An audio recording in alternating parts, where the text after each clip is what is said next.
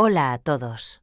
¿Alguna vez te has preguntado por qué empresas aparentemente invencibles colapsan de la noche a la mañana? Hoy analizamos los 10 mandamientos para arruinarte de Donald Keough, expresidente de Coca-Cola, quien revela con humor ácido los errores que destruyen negocios millonarios. El más sorprendente.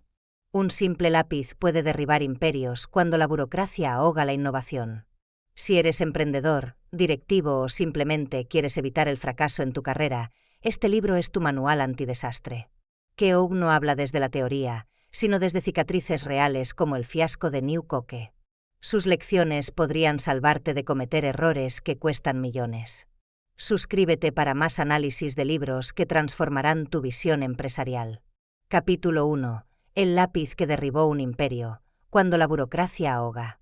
¿Alguna vez has pensado que algo tan insignificante como un lápiz podría revelar la enfermedad terminal de una corporación? En Coca-Cola, una potencia global, ocurrió exactamente eso. El presidente encontró a su secretaria llorando, no por una crisis financiera, sino porque era imposible conseguir lápices debido al laberinto burocrático de aprobaciones. Este absurdo síntoma reveló algo mucho más grave. Cuando los procedimientos ahogan lo esencial, la organización pierde su capacidad de respuesta. La burocracia no solo frena, sino que expulsa el talento. La gente creativa huye de entornos donde cada iniciativa requiere formularios por triplicado. El contraste es brutal cuando miramos a Berkshire Hathaway, el imperio de Warren Buffett, que opera con una estructura mínima basada en confianza radical y autonomía. Sin ejércitos de supervisores supervisando a otros supervisores, se concentran únicamente en lo esencial. La pregunta decisiva es: ¿quién manda realmente en tu organización? ¿Las ideas, la velocidad y la adaptación al cliente? ¿O los formularios, comités y aprobaciones interminables? La respuesta determinará si construyes futuro o si, lápiz a lápiz, cavas tu propia tumba corporativa. Capítulo 2. ¿Invencible? El peligro de encerrarte en tu torre de marfil. Imagina esto: el CEO de una gran empresa acaba de recibir el informe trimestral. Los números brillan en verde, las proyecciones apuntan hacia arriba y todos en la sala de juntas asienten con sonrisas. Mientras tanto, a pocos kilómetros, en una tienda de la misma compañía, un cliente furioso jura nunca volver porque nadie resuelve un problema recurrente. Esta desconexión brutal es lo que Keough identifica como el segundo camino seguro hacia el fracaso empresarial. La historia empresarial está repleta de líderes que construyeron verdaderos búnkeres emocionales e informativos a su alrededor. No por maldad, sino por un mecanismo casi natural. Nadie quiere ser el mensajero de malas noticias. Así, capa tras capa, se va formando un filtro invisible que solo deja pasar lo agradable, lo conveniente, lo que confirma las creencias del líder. Lo fascinante es que este aislamiento no siempre nace de la arrogancia. A veces surge de la eficiencia mal entendida. Protejamos el tiempo del jefe, dicen. Solo temas estratégicos, insisten. Y así, sin darse cuenta, cortan el cordón umbilical que conecta al líder con la realidad cotidiana, donde realmente se juega el partido. El contraste es demoledor cuando miramos casos históricos. Por un lado, líderes que institucionalizaron canales para recibir críticas directas, sin filtros ni endulzantes. Por otro, aquellos que se rodearon exclusivamente de aduladores, terminando por creer en victorias imaginarias mientras su imperio se desmoronaba en tiempo real. Este fenómeno tiene un efecto secundario devastador. Distorsiona la percepción del éxito. Cuando solo escuchas ecos de tu propia voz, incluso las buenas noticias pierden contexto. Aquel producto que reporta ventas crecientes podría estar ocultando que la competencia crece el doble de rápido. Aquella satisfacción del cliente del 90% podría esconder que precisamente el 10% insatisfecho representa tu mercado más estratégico. La paradoja es cruel. Cuanto más poder acumulas, más difícil se vuelve acceder a la verdad desnuda. Cada ascenso en la jerarquía añade una capa de aislamiento. Cada título implica menos personas dispuestas a contradecirte frontalmente. Y así, sin quererlo, el líder queda atrapado en una realidad paralela, tomando decisiones basadas en datos que ya no representan el mundo exterior. La solución no es sencilla ni cómoda. Requiere crear deliberadamente sistemas que rompan esa burbuja, que premien al que trae problemas antes de que exploten, que valoren más la verdad incómoda que la mentira tranquilizadora. Exige salir del despacho y exponerse a conversaciones no guionizadas, a críticas sin filtro, a la realidad tal como es, no como nos gustaría que fuera. Porque al final, como sentencia Keogh, la invencibilidad es siempre una ilusión. Y quienes más firmemente creen en ella suelen ser los primeros en caer, sorprendidos por un mundo que llevaban años sin ver realmente. Capítulo 3. La maldición de la botella perfecta, el costo de aferrarse al pasado. El tercer mandamiento que nos revela Keogh es quizás el más irónico de todos, cómo nuestros mayores éxitos pueden convertirse silenciosamente en nuestras tumbas. No estamos hablando simplemente de resistencia al cambio, sino de algo mucho más sutil y peligroso, el enamoramiento ciego con lo que alguna vez funcionó. La historia de Coca-Cola con su icónica botella contornada es fascinante.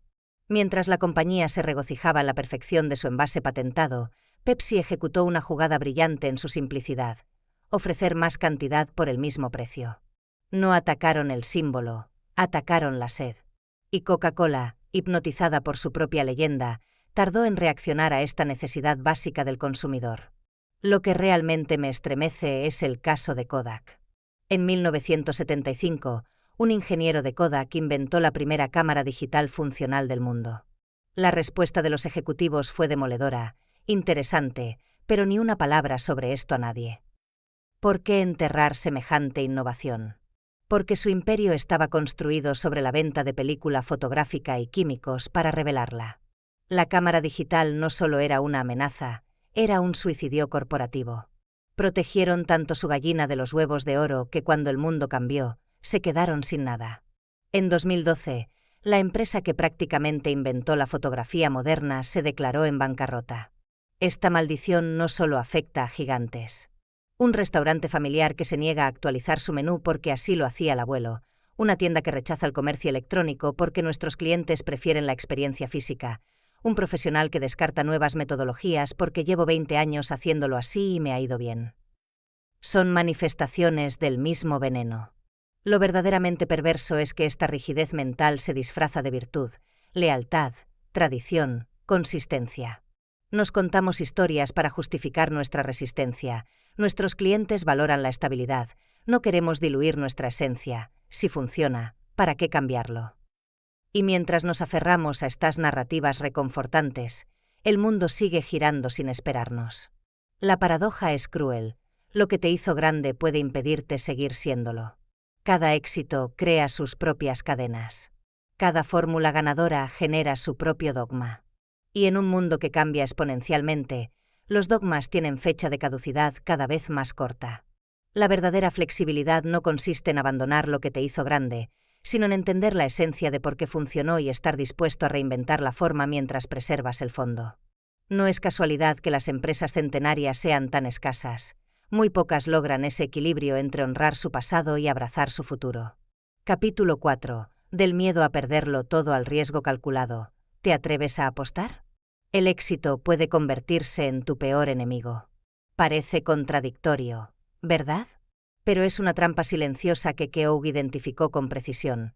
Cuanto más tienes que perder, menos te atreves a arriesgar. Imagina a un equilibrista caminando sobre una cuerda.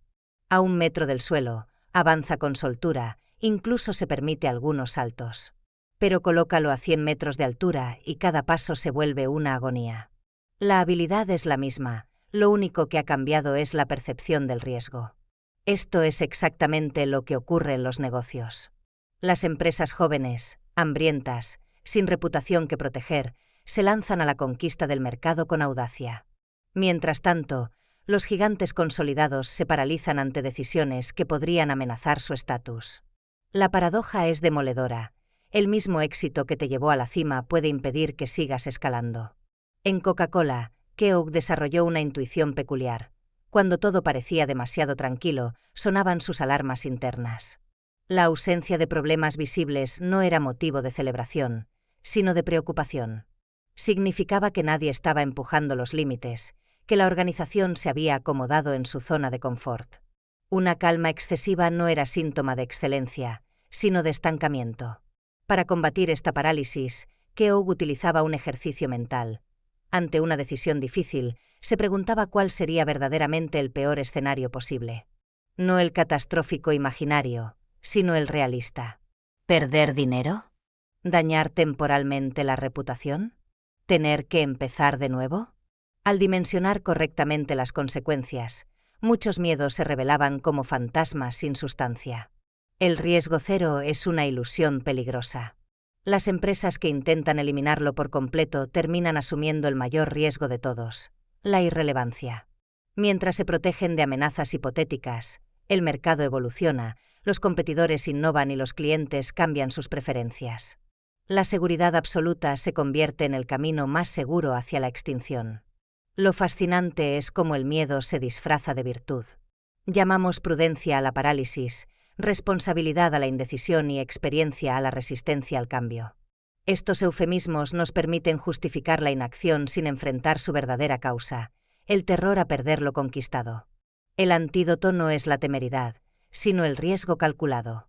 No se trata de apostar a ciegas, sino de evaluar conscientemente que estás dispuesto a arriesgar por la posibilidad de un avance significativo.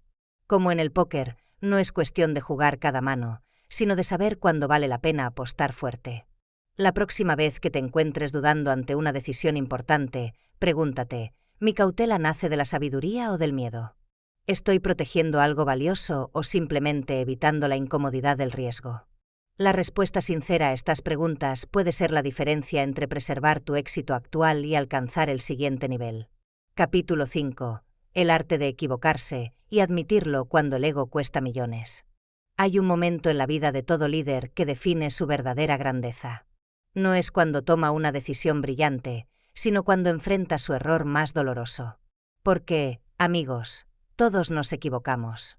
La diferencia está en lo que sucede después. Imaginen esta escena: cae el muro de Berlín, un momento histórico que cambia el mapa mundial. Donald Keough, entonces presidente de Coca-Cola, analiza fríamente la situación y decide: no entraremos en Alemania Oriental. Es un mercado pobre, sin infraestructura, sin potencial real. Una decisión aparentemente lógica, respaldada por datos y experiencia. Pero entonces ocurre algo extraordinario. Su gerente local en Alemania, quien respira el aire de la calle, quien siente la energía de ese momento histórico, hace algo que en muchas empresas sería suicidio profesional: desafía directamente a su jefe. No solo argumenta, sino que pone su carrera en juego: si no entramos ahora, presento mi dimisión. ¿Qué hace un líder en ese momento? El ego susurra: ¿quién se cree que es para cuestionar tu autoridad? ¿Tus décadas de experiencia? ¿Tu visión estratégica? Pero Keough hizo algo revolucionario. Escuchó. No solo escuchó, sino que admitió la posibilidad de estar equivocado. Y no solo aprobó la inversión, la duplicó. El resultado fue un éxito rotundo que hubiera sido una oportunidad perdida si el ego hubiera ganado la batalla. Esta historia revela una verdad incómoda sobre el poder. Mientras más alto llegas, menos personas te dirán que estás equivocado. Se crea una burbuja de aislamiento donde el error se vuelve invisible para quien lo comete, pero devastador para la organización. Observen cualquier empresa en crisis y encontrarán el mismo patrón. Nadie admitió el error cuando aún era pequeño, cuando aún había tiempo de corregir el rumbo.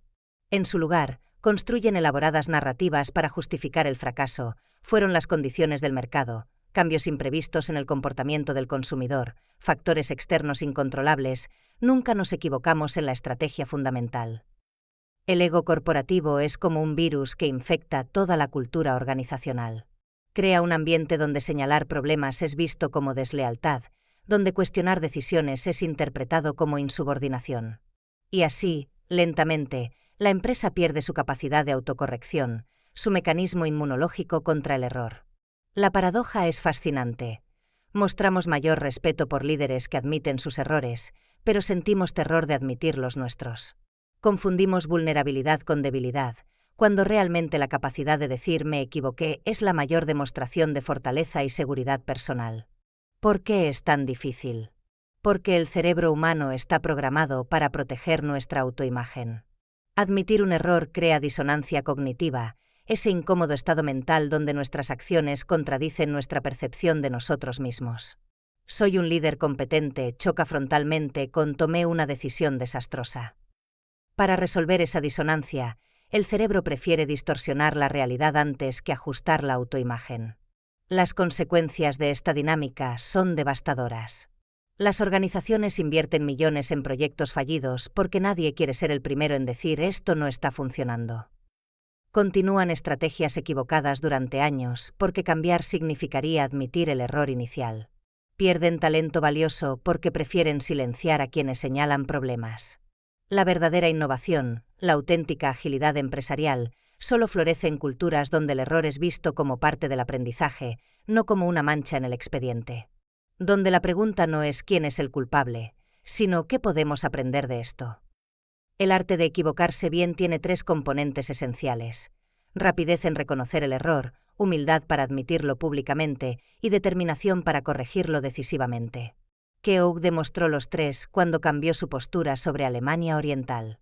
No esperó a que los resultados negativos fueran inevitables, no buscó un chivo expiatorio, no diluyó la decisión en comités interminables.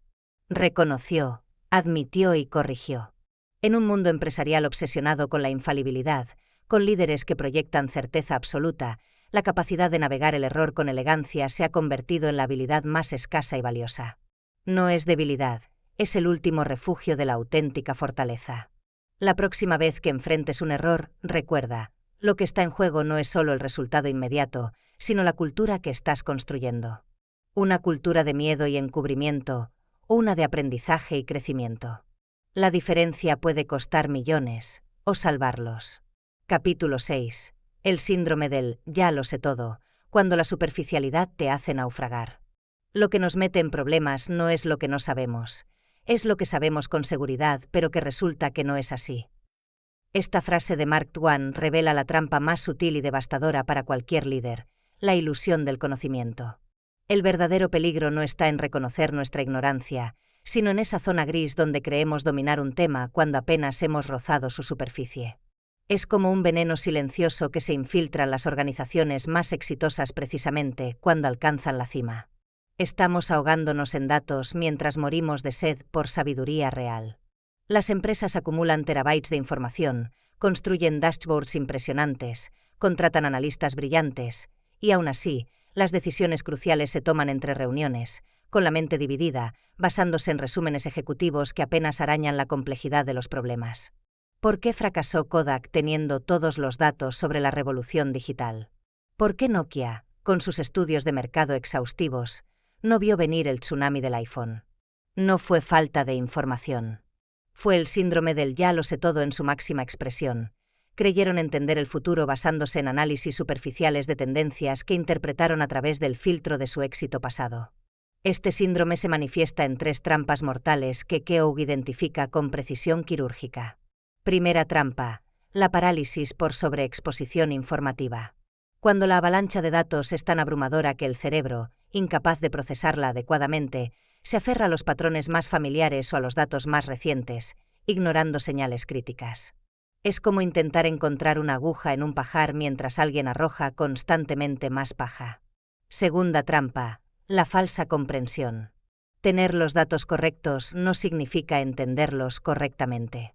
La cadena de tiendas Borders tenía informes detallados sobre el auge del comercio electrónico, pero interpretó el fenómeno como una moda pasajera, no como una transformación radical del consumo. Resultado: quiebra total mientras Amazon conquistaba su mercado. Tercera trampa, quizás la más letal: la acción precipitada basada en conocimiento superficial. Cuando un ejecutivo proclama orgulloso «entiendo perfectamente el problema» después de una presentación de 30 minutos sobre un asunto que requeriría semanas de análisis profundo, está sentando las bases del desastre. No confundamos decisiones rápidas con decisiones informadas. La velocidad sin profundidad es el camino más corto hacia el abismo. Lo fascinante es que los líderes más brillantes de la historia han sido precisamente quienes reconocieron esta trampa y desarrollaron antídotos. Warren Buffett dedica 5 horas diarias a leer, no para acumular datos, sino para entender profundamente los negocios donde invierte. Jeff Bezos exige que las propuestas importantes se presenten en memorandos narrativos de 6 páginas que se leen en silencio al inicio de cada reunión. ¿Por qué? Porque sabe que la comprensión profunda requiere tiempo, concentración y espacio mental. El conocimiento superficial es como construir un rascacielos sobre arena. Puede impresionar temporalmente, pero colapsará ante la primera tormenta seria. Y en el mundo empresarial actual, las tormentas no son la excepción, son la norma. La próxima vez que te sorprendas pensando «esto ya lo tengo claro» después de una breve exposición a un problema complejo, recuerda, esa sensación de claridad podría ser precisamente la señal de alarma. Los verdaderos expertos suelen ser quienes más dudas tienen, quienes reconocen la complejidad donde los novatos ven simplicidad. La duda metódica, la curiosidad persistente y la humildad intelectual no son debilidades de liderazgo, son sus pilares fundamentales. La superficialidad en el conocimiento no es solo un error táctico, es una falla estratégica que ha hundido imperios empresariales enteros. Y lo más peligroso es que, a diferencia de otros errores, este viene disfrazado de virtud, la ilusión de dominio, la falsa seguridad de creer que ya lo sabemos todo. 7. Ni ciego ni escéptico, la danza peligrosa con los expertos. La relación con los expertos representa uno de los desafíos más sutiles y peligrosos para cualquier líder empresarial. No es casualidad que este tema aparezca justo después de hablar sobre el conocimiento superficial, porque la dependencia ciega de expertos es precisamente una manifestación de esa superficialidad. Donald Keough nos ofrece una advertencia fundamental: no mires al vendedor, mira a la vaca. Esta frase encierra una sabiduría profunda que va más allá de comprar ganado. En los negocios, no te dejes seducir por presentaciones deslumbrantes o credenciales impresionantes. Observa directamente la realidad que intentan representar. El caso de la New Coke ilustra perfectamente esta trampa. Los expertos en marketing habían recopilado miles de pruebas a ciegas que demostraban científicamente que el nuevo sabor era preferido. El problema no estaba en los datos, sino en lo que estos no podían medir, el vínculo emocional de los consumidores con la marca. Los expertos cuantificaron el sabor, pero ignoraron el sentimiento. Midieron lo tangible y pasaron por alto lo intangible. Esta es la paradoja central. Los expertos son más peligrosos precisamente cuando parecen más convincentes, cuando sus modelos y proyecciones lucen impecables. La aparente precisión de sus análisis puede crear una ilusión de certeza que oculta las variables humanas imposibles de cuantificar. Un fenómeno particularmente insidioso es lo que podríamos llamar la falacia del experto confirmatorio. Buscamos inconscientemente a aquellos expertos cuyos análisis refuerzan nuestras creencias preexistentes. Esto crea una cámara de eco donde los datos parecen validar decisiones que ya queríamos tomar. El verdadero valor está en los expertos que nos incomodan, que desafían nuestras suposiciones. En el mundo financiero, por ejemplo, los modelos matemáticos más sofisticados han fracasado estrepitosamente al no poder incorporar factores como el pánico colectivo o la euforia irracional. La crisis de 2008 demostró que incluso los genios de Wall Street, armados con algoritmos brillantes, no pudieron predecir cómo el miedo cambiaría radicalmente el comportamiento del mercado.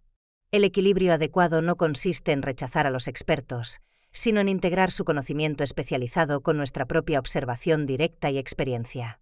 Los expertos deben informar nuestro juicio, no reemplazarlo. Como señala Keough, el peligro aumenta cuando intentan reducir realidades complejas a simples números o cuando presentan como certezas lo que son, en el mejor de los casos, probabilidades. Un líder efectivo debe desarrollar lo que podríamos llamar escepticismo constructivo, la capacidad de valorar el conocimiento experto mientras mantiene una distancia crítica.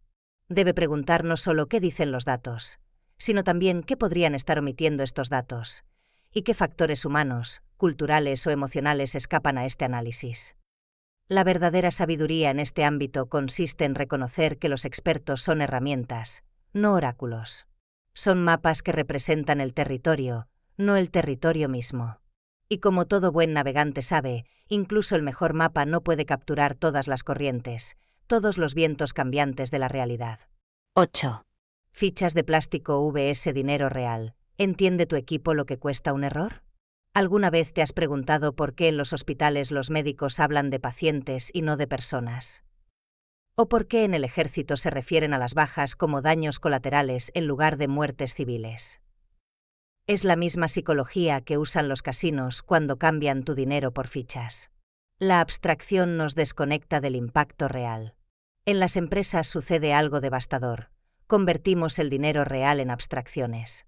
Hablamos de partidas presupuestarias, KPIs o recursos asignados como si fueran meros números en una hoja de cálculo, no el resultado del esfuerzo colectivo de toda la organización. Y aquí está la trampa mortal. Cuando tu equipo no siente el peso real de lo que cuesta un error, cometerá más errores. Donald Keough lo expresó con una claridad brutal. Si el mensaje no llega, la responsabilidad es del emisor, no del receptor. No es que tu equipo sea irresponsable, es que tú no has logrado que sientan el verdadero impacto de sus decisiones. Y esto va mucho más allá de explicar números. Imagina esto: una startup tecnológica desarrolla un nuevo producto.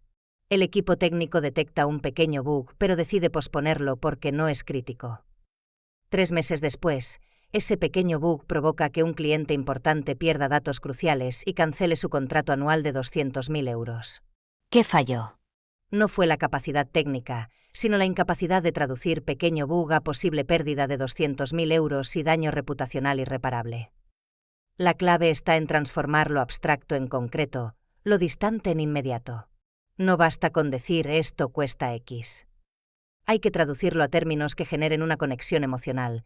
Este error equivale al salario anual de 2 compañeros, o este retraso nos costará la ventaja que teníamos sobre nuestro competidor principal. Pero cuidado con el extremo opuesto. He visto organizaciones paralizadas por líderes que generan tanto miedo al gasto que nadie se atreve a proponer inversiones necesarias. No se trata de crear terror financiero, sino comprensión calibrada del valor.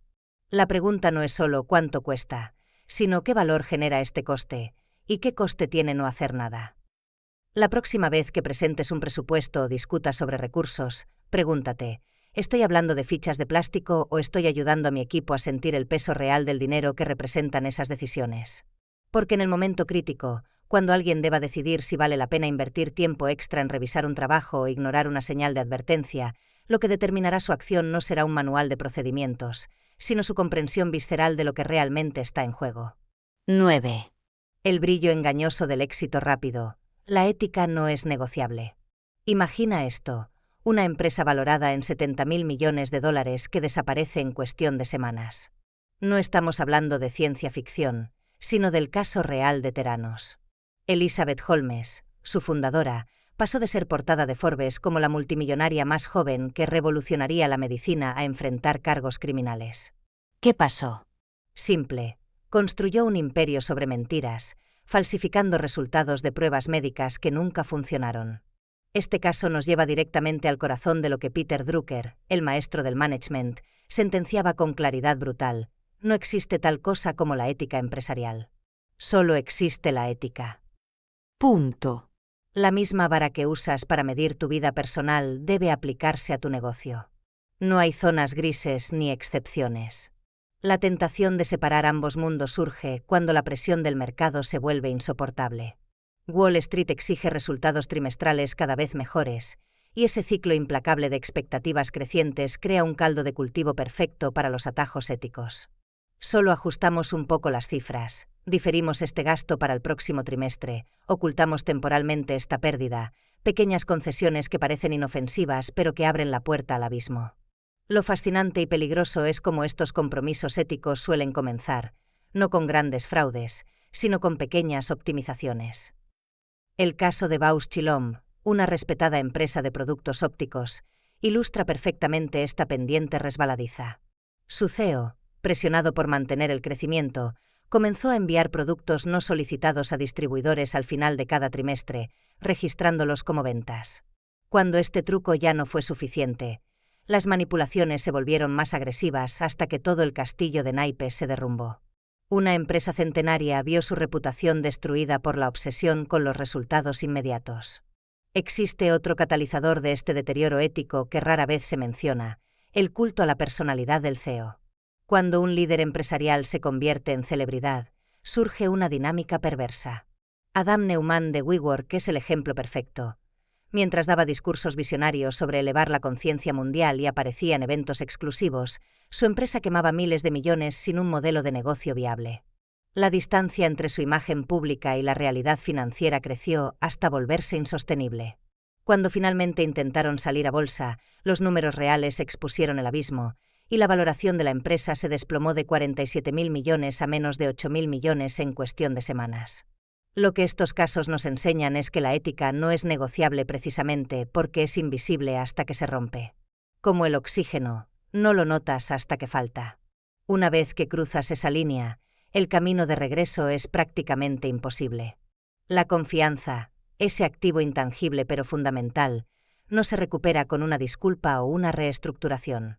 En Coca-Cola, Keogh observó cómo las empresas que priorizaban la construcción lenta pero sólida de valor real, satisfaciendo genuinamente a los clientes, innovando con integridad, cultivando relaciones duraderas, sobrevivían a las que buscaban atajos. Mientras algunos competidores manipulaban números para impresionar a Wall Street, Coca-Cola se concentraba en vender un producto real a personas reales. Parece obvio, pero en la era de la financiarización, lo obvio se vuelve revolucionario. La lección es clara y devastadora.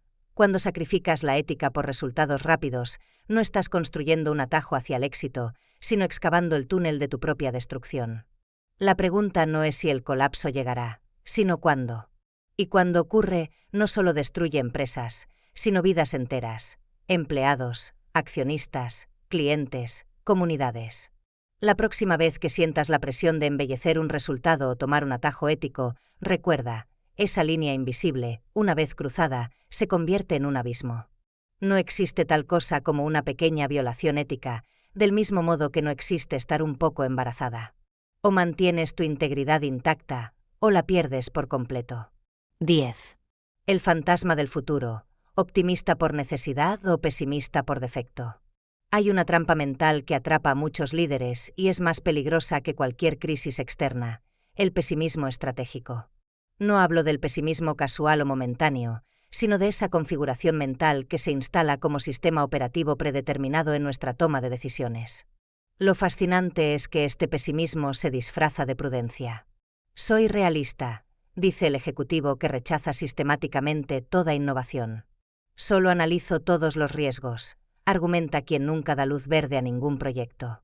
Pero bajo esa máscara de cautela se esconde algo más destructivo, la parálisis por análisis. El verdadero problema no es que el pesimista vea problemas donde no los hay. Los problemas existen, los riesgos son reales. La diferencia crucial está en qué hacemos con esa información. El pesimista usa los obstáculos como justificación para la inacción. El optimista estratégico los usa como datos para diseñar soluciones. En mis conversaciones con CEOs de empresas que sobrevivieron crisis devastadoras, encontré un patrón sorprendente. Ninguno negaba la gravedad de sus circunstancias. Lo que los distinguía era su capacidad para mantener simultáneamente dos pensamientos aparentemente contradictorios. Esta situación es extremadamente difícil y encontraremos un camino para superarla. Esta dualidad cognitiva es la esencia del optimismo estratégico. Un caso revelador es el de Alan Mulally cuando asumió Ford en 2006. La empresa perdía miles de millones, enfrentaba una posible bancarrota y el sector automotriz completo parecía condenado. Mulally implementó lo que llamó realismo optimista, reconoció abiertamente la catastrófica situación financiera, pero simultáneamente creó un plan de transformación basado en la convicción de que Ford podía renacer. Mientras competidores se hundían en el pesimismo y terminaban en quiebra, Ford fue la única automotriz americana que evitó el rescate gubernamental durante la crisis de 2008. El optimismo estratégico no es un rasgo de personalidad, es una herramienta de liderazgo. No requiere ignorar los problemas, sino enfrentarlos con la convicción de que existe una solución por descubrir. Es como un director de orquesta que, ante una partitura imposible, no dice esto no puede tocarse, sino cómo podemos interpretarla. La neurociencia nos muestra algo fascinante. Cuando operamos desde el pesimismo, activamos principalmente la amígdala, centro del miedo, que bloquea el acceso a la corteza prefrontal, donde ocurre nuestro pensamiento más creativo y estratégico. Literalmente, el pesimismo nos hace menos inteligentes frente a los problemas. El optimismo estratégico tiene tres componentes prácticos. Primero, reconocer la realidad tal cual es, sin endulzarla. Segundo, mantener la convicción de que existe un camino hacia adelante. Y tercero, movilizar recursos y personas hacia la búsqueda activa de ese camino. Cuando Keogh afirma que cualquier momento es bueno para empezar algo, está articulando precisamente esta mentalidad. No está negando que existan momentos más o menos favorables, sino afirmando que la acción guiada por el optimismo estratégico siempre encuentra oportunidades que el pesimismo jamás vería. La pregunta crucial para todo líder no es si eres naturalmente optimista o pesimista, sino que eliges ser cuando enfrentas la incertidumbre. Porque esa elección determinará no solo tu destino, sino el de todos quienes dependen de tus decisiones. 11. Bailando claqué hacia la oficina. El secreto de la pasión duradera. Hemos visto 10 caminos al fracaso empresarial, pero existe una última trampa, quizás la más sutil: perder la pasión después de alcanzar el éxito. Cuando ya tienes el yate, la mansión y todo lo material, ¿qué queda? La verdadera prueba no está en llegar a la cima, sino en mantener viva la llama una vez estás allí. Muchos líderes brillantes se marchitan precisamente cuando alcanzan sus metas, porque confunden los logros externos con el propósito interno. Lo fascinante es que los grandes líderes que perduran comparten un rasgo común: disfrutan del proceso, no solo del resultado. No van a trabajar por obligación, sino por devoción. Su motivación trasciende lo material y se ancla en algo más profundo: la curiosidad insaciable, el desafío intelectual, la construcción de algo significativo. Esta pasión sostenida no es un lujo personal, es oxígeno para toda la organización. Cuando un líder pierde el entusiasmo, aunque no lo verbalice, emite señales sutiles que envenenan la cultura empresarial. Frases como "eso no es mi problema" o "me da igual" son pequeñas fugas de gas tóxico que se filtran hacia todos los niveles. Lo peligroso es cómo esta pérdida de pasión se disfraza astutamente de experiencia o realismo. El líder deja de hacer preguntas porque cree que ya lo ha visto todo. La curiosidad se oxida. Y sin curiosidad, la innovación muere. La complacencia es particularmente traicionera porque llega sigilosamente. No aparece de golpe como una crisis, sino que se instala gradualmente como un confort engañoso. El líder sigue físicamente presente, pero mentalmente ya se ha jubilado. ¿Cómo evitar esta trampa? Cultivando deliberadamente aquello que te haría bailar de camino a la oficina, incluso si ya no necesitaras el dinero. Puede ser el desafío de resolver problemas complejos, el placer de ver crecer a tu equipo o la satisfacción de crear algo que impacte positivamente en el mundo. La pasión sostenible no surge espontáneamente, requiere introspección y propósito. Requiere preguntarse regularmente: ¿qué parte de mi trabajo me seguiría atrayendo si el dinero y el reconocimiento desaparecieran? Esa es la brújula que evitará que te pierdas en el desierto del éxito vacío.